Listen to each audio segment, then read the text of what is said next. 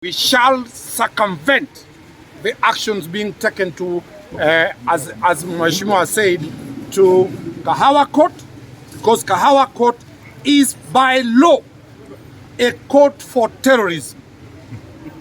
So these members of parliament are now being taken to be terrorists. The officers of Kiambu police station, I highly recommend them from their commanders downwards. They have handled these members of parliament with the respect and dignity of Article 22 and Article 23 of the Constitution. Naam, asante sana mpenzi mtazamaji, kama kawaida nilivyokuarifu kwamba hapa ni mahali ambapo tutakuwa tunakufahamisha kila kitu au tukio ambalo linaweza kutokea. Na iwapo kama bado hujasubscribe, kulike na kushare na kucomment, na kuomba uweze kusubscribe, kulike, kushare na kucomment. Ujumbe ambao umeweza kutufikia hivi sasa ni ule kwamba wabunge wale watano ambao waliweza kukamatwa siku ya leo, huku akiwemo wawili wao ni kiongozi wa wachache katika bunge lile la kitaifa ambaye ni mbunge wa Unguja ambaye ni Opio Wandahi, pamoja na seneta wa Kilifi ambaye ni Stewart Madzayo, waliweza kukamatwa katika njia mbalimbali, njia panda, huku wote hao wakijaribu kuingia katika majengo makuu ya KICC katika hali ambayo haieleweki. Waliweza kukamatwa, na kulingana na wakili wao ambao ni Danstan Omari, aliweza kueleza bayana ya kwamba wawili hawa waliweza kukamatwa karibu na majengo ya bunge, ambapo ni kinyume na sheria, kulingana na sheria ya mwaka 2010 ambayo tuliweza kupitisha kama katiba yetu. Ni swala ambalo amesema watakuwa wanaliangazia kwa kina sana, kwa sababu ni kukiuka sheria na viongozi ambao tumeweza kuwachagua waweze kwenda kuwa wakilishi wetu pale mbele, na watu hao walishikwa katika afisi zao au maeneo yao ya kufanya kazi ya ofisini. Ni swala ambalo tutakuwa tunalifuatilia kwa kina, hasa tuweze kutambua ni yapi. Na vile vile baadhi ya wabunge ambao waliweza kukamatwa ni kama Amina Mnyazi, Ken Chonga. Ni swala ambalo kukamatwa kwao kuliweza kuleta tumbo joto na kuweza kusababishia watu kuzua rabsha tele katika maeneo mbalimbali katika taifa hili la Kenya. Hili ni swala ambalo ukiangalia kwa kina au kwa marefu sana, ni swala ambalo liliweza kuzua vurugu na vurumai maeneo mbalimbali, huku ukifuatiwa na seneta ule Kina akiweza kushtumu serikali na kusema kwamba hiki ni kitu ambacho kimeweza kufanywa na si kitu kizuri. Ni swala ambalo lafaa kuingiliwa wakati na kushughulikiwa kwa kina. Lakini ukiangalia Danstan Omari aliweza kuelezea kwamba watatu hawa au watano hao walishikwa wakapelekwa katika kituo cha Central, alafu wakaondolewa pale na kupelekwa katika kituo kile cha Kiambu ambacho hakipo ukiangalia katika jurisdiction yao ambao wanafaa kushikwa. Lakini aliwashukuru wakuu wa polisi katika kituo kile ambao waliweza kuwabeba au kuwapokea kwa usalama na kuwalinda na kuwapatia hadhi ambao walikuwa wanafaa kupewa, na waliweza kuachiliwa saa jioni kwa dhamana ya shilingi 50,000 kila mmoja. Lakini watakuwa wanapelekwa katika mahakama ambayo tunaona Danstan Omari ameweza kutia shaka na kusema kwamba mahakama ile ya Kahawa ni mahakama ambayo sana inajulikana kwa kufanya kesi zile za watu ambao wameshtumiwa mambo ya kigaidi, kwa lugha ya kimombo tunasema terrorist courts.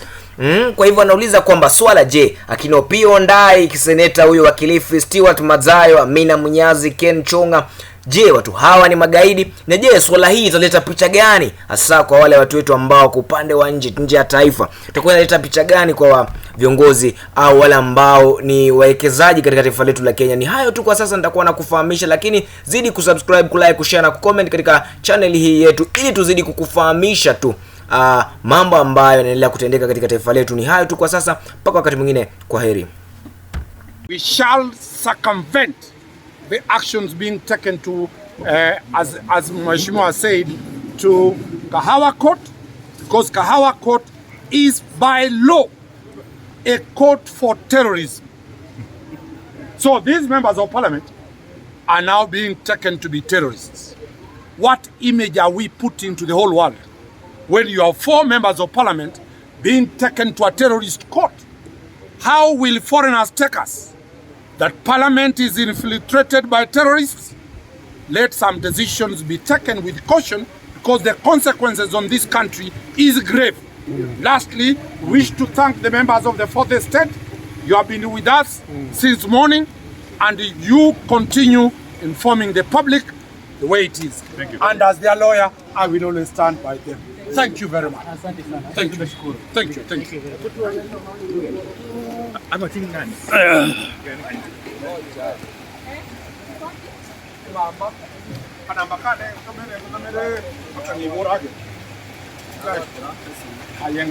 Lands were arrested from their offices in Parliament. KICC is an extension of Parliament. Under the Privileges Act, you cannot arrest a member of Parliament from Parliament. We shall be raising this issue with the Diplomatic and Privileges Committee and the international world. How can members of Parliament be arrested from precincts of Parliament? Number two, the manner of arrest by the officers not domiciled in Kiambu police stations. The officers of Kiambu police station, I highly recommend them from their commanders downwards. They have handled these members of Parliament with the respect and dignity of Article 22 and Article 23 of the Constitution. Dignity of every person must be upheld. So, I sincerely thank the police officers of Kiambu Police Station from the topmost commander to the lowest officer because they have understood the law. The third issue of substance is that my clients are going to be charged with an offense called attending unlawful assembly. That is a 1965 act, the Public Order Act. Still, the state is not aware that in 27th of August 2010, Kenya promulgated a new constitution.